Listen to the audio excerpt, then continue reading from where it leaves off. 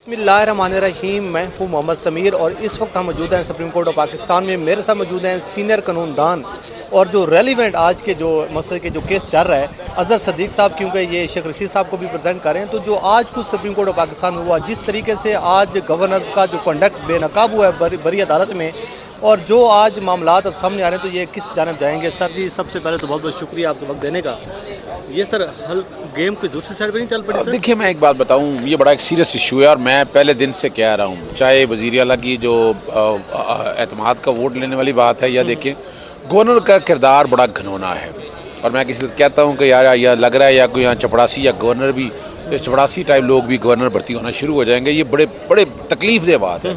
इस सारे प्रोसेस में देखिए, गवर्नर ने और इलेक्शन कमीशन ने एक ऐसा किरदार अदा किया जो काबिल माफ़ी नहीं है। आईने पाकिस्तान 1973 इस तरह के किरदार की इजाज़त नहीं दे रहा। जिस तरीके से इस सारे मामले को लेकर वो गए हैं, जिस तरीके से इस मामले को चलाया है, एक आप समझ लें कि लुका छुपी का खेल खेलते रहे हैं। और इसके अलावा और क्या हो सकता है? जब आईने पाकिस्तान कहता है कि 90 दिन के अंदर इलेक्शन करवाने हैं, तो इलेक्शन करवाने हैं, उसमें डाउट क्या है? वो डेट देनी है, डेट गवर्नर ने देनी है या सदर ने देनी है? वैसे मैं बताऊँ आपको, गवर्नर भी फंस गया बुरी तरह से, इलेक्शन कमीशन भी फंस गया है। और आप वक्त से पहले मैं आपको ब्रेकिंग दे देता हूँ, मुझे नज़र आ रहा है कि जो सदर की जो डेट है वही डेट फाइनल होनी है और उसी पे इलेक्शन होने हैं। अच्छा, ये तो बड़ी वो एक खबर दे रही है मकसद है कि जो, लेकिन सर जी अभी जो बात हो रही है, जो अभी तक की जो समाअत हुई, थोड़ा सा हमारे नाजरीन को थोड़ा सा जो मेन नुकात हैं, जो खुलासा है सर, वो थोड़ा सा बता दें कि अब हालात जो हैं वो किस जानब जा रहे हैं। देखिए, एक बात तो आपने देखी होगी कि जो बेंच के फुल कोड वाला मामला तो ख़त्म हो गया, ठीक है, और जजिस पे जो एतराज़ात उनके थे, उनमें से 2 जजीज़ ने मैग्निफिसेंट दिखाई, मैं कहता हूँ बड़ी शान दिखाई उन्होंने, वो खुद ही लैदा हो गए। 2 जजीज़ जो 9 मेंबर बेंच में से थे, जिसमें बाकी 2 जजीज़ थे, वो भी हट के नया बेंच बन गया है, और 5 मेंबर बेंच जो आज सुन रहा है।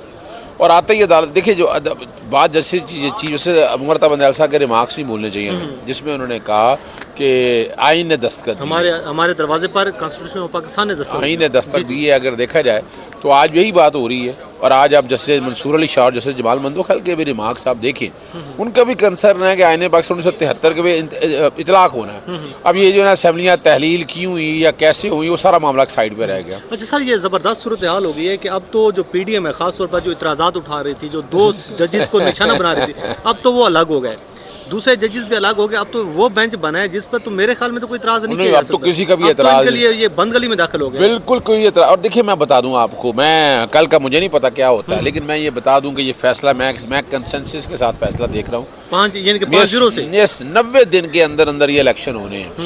अच्छा, उस पर हो सकता है कि अगर फ़र्ज़ करें कि दरख्वास्त काबिल समाअत नहीं है या ऐसी, उस पर हो, लेकिन मैं कहता हूँ उस पर भी शायद ना कह सकें। वजह वक्त बड़ा गुजर गया है, पुलों के नीचे से पानी बहुत बह गया है। मेरी यहाँ जो आइनी दरखास्तें हैं, देखा मैंने एक दरखास्त थोड़ा सा दायर की है। पहले एक दायर दरखास्त की, वो 10 तारीख को फैसला आ गया पाकिस्तान तहरीक इंसाफ में। मैंने फिर दरखास्त एक आइनी दायर की कि जनाब ये नहीं मान रहे हैं, सेक्शन 57 के तहत जो है ना सदर को डायरेक्शन दें। वो अदालत ने कहा कि अभी आप कंटेम्प्ट ले आएँ। मैं कंटेम्प्ट ले आया, अगले दिन कंटेम्प्ट पे नोटिस हो गया, लेकिन फिर ना किया। फिर मैंने सेक्शन 57 की एक इंडिपेंडेंट रेट फाइल की, सदर को डायरेक्शन दी जाए। और 20 तारीख वाले दिन, वो 20 वाले दिन जब नोटिस हुआ, सदर ने अब बाकायदा डेट दे दी है, तो वो मेरी देखा जाए तो वो एक तरह से इनफ्रक्चुअस हो गई है, वो तो उसकी हैसियत ख़त्म हो गई हुई है। और अब तो बात बड़ी वाज़ेह है, बड़ा खुल के सामने आ गया है, किरदार सामने आ गए। और ये मौत है, मैं समझता हूँ पाकिस्तान, ये 13 सियासी जमातों के लिए जो जमहूरियत की बात करते थे, आज जमहूरियत खुद ही अपने हाथों से लपेट। अभी जो आइन और कानून की बड़ी एक मुहाफिज जमात बनती है, और बड़ा हमेशा हमें कहा जाता है कि जमहूरियत का, आइन का, कॉन्स्टिट्यूशन हमने बनाया है। ये जो एक और चीज़ सामने आ रही है कि जो 2013 के जो इंतखाबात हुए थे, उसमें जो डेट थी वो सदर पाकिस्तान ने दी थी, गवर्नर ने डेट नहीं दी थी, जो आज बड़ा एक आम नुक्ता उठाया गया यहाँ पर अदालत।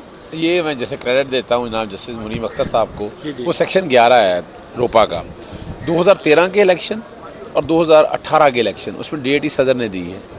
और देखें वो इख्तियार सदर का था, आइन पाकिस्तान ठीक था। जैसे नहीं उसका देखे ना, वो आप आइन के आर्टिकल अगर 112 को देखें या बाकी चीज़ों को देखें या 224 को देखें, वो बेसिकली इख्तियार ही सदर के पास था, सदर ने तारीख दी। और अब भी सेक्शन 57 के अंदर भी सदर का इख्तियार दिया हुआ है, लेकिन इलेक्शन कमीशन मानने के लिए तैयार नहीं।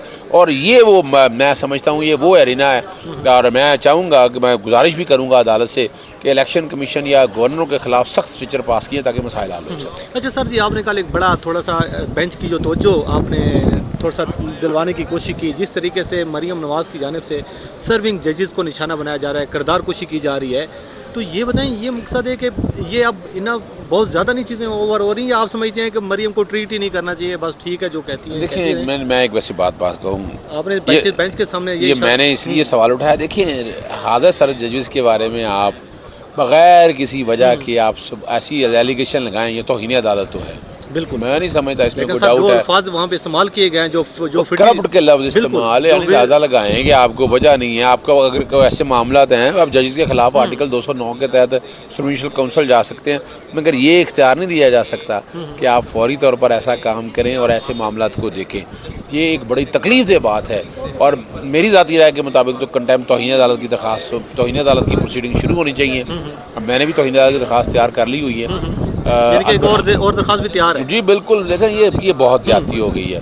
3 लोग आपको पता है, जब पनामा वाला फैसला आया था, निहाल हाशमी, तलाल चौधरी और दानियाल अजीज़, इन तीनों को सज़ा हो चुकी है, आपको पता है, और उसके बाद भी अगर इनको ना समझ आए तो फिर बात खत्म नहीं। Sir thank you so much sir, आपने कुछ चीज़ें बताई, लेकिन आखिरी फिर आपसे जाना ये ज़रूरी है कि अब पीटीएम के पास क्या रास्ता होगा। अब तो यहाँ से अगर गेम ख़त्म हो जाती है, 2 असम्बलियों के ऐलानात हो जाते हैं, उसके बाद जनरल इलेक्शन नहीं होता, तो पीटीएम क्या करेगी सर? पीटीएम फातिहा पड़ेगी, और मेरा जहाँ ख्याल है जनाजा तो हो चुका है, वो फातिहा पड़ेगी और कुलों की तैयारी करेगी, और कुलों के बाद लग रहा है कि सो जाएगी गहरी नींद। और जो उन्होंने 1 साल के अंदर अपनी तबाही कर लिया ना, वो शायद आने वाले 5 साल तक ये वापस उठ ही ना सके। वो अगली हुकूमत इमरान खान के बाद अगर कोई ऐसे हालात बने तो शायद कोई उनको लाइफ लाइन मिल जाए, लेकिन वो लाइफ लाइन मुझे नज़र नहीं आती। Sir thank you so much sir, आपने बड़ी तफसील के साथ कुछ चीज़ें हमारे नाज़रीन के सामने रखी हैं। बार बड़ी खबर दे रहे हैं अजहर सदीक साहब, उनकी जो कानूनी राय है वो ये समझ रहे हैं कि कल जो है वो 5-0 से भी फैसला आ सकता है, लेकिन देखते हैं कि फिर क्या सूरत हाल आपको सामने आती है। आपको उस सवाल से आगाह करते रहेंगे। मुझे दीजिए इजाज़त, अल्लाह। सर जी, अभी जो आइन और कानून की बड़ी एक मुहाफ़िज़ जमात बनती है, और बड़ा हमेशा हमें कहा जाता है कि जमहूरियत का, आइन का, कॉन्स्टिट्यूशन हमने बनाया है, ये जो एक और चीज़ सामने आ रही है कि जो 2013 के जो इंतखाबात हुए थे, उसमें जो डेट थी वो सदर पाकिस्तान ने दी थी, गवर्नर ने डेट नहीं दी थी, जो आज बड़ा एक आम नुक्ता उठाया गया यहाँ पर अदालत। ये मैं जैसे क्रेडिट देता हूँ जनाब जस्टिस मुनीम अख्तर साहब को, वो सेक्शन 11 है रोपा का, 2013 के इलेक्शन और 2018 के इलेक्शन, उसमें डेट ही सदर ने दी है। जी जी, और देखें वो इख्तियार सदर का था, आइन पाकिस्तान ठीक था, जैसे नहीं उसका देखे ना, वो आप आइन के आर्टिकल अगर 112 को देखें या बाकी चीज़ों को देखें या 224 को देखें, वो बेसिकली इख्तियार ही सदर के पास था, सदर ने तारीख दी, और अब भी सेक्शन 57 के अंदर भी सदर का इख्तियार दिया हुआ है, लेकिन इलेक्शन कमीशन मानने के लिए तैयार नहीं।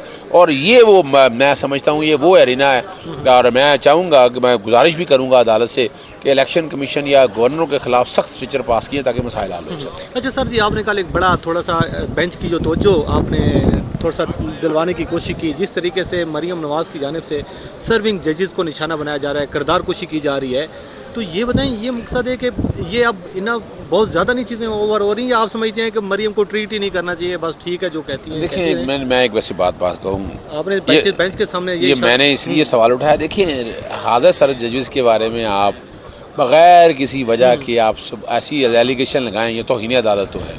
बिल्कुल, मैं नहीं समझता इसमें कोई सर डाउट है। अल्फाज वहाँ पे इस्तेमाल किए गए हैं जो करप्ट के लफ्ज़ इस्तेमाल है, अंदाज़ा लगाएं कि आपको वजह नहीं है। आपको अगर कोई ऐसे मामला हैं, आप जजेस के खिलाफ आर्टिकल 209 के तहत जुडिशल काउंसिल जा सकते हैं, मगर ये इख्तियार नहीं दिया जा सकता कि आप फौरी तौर पर ऐसा काम करें और ऐसे मामला को देखें।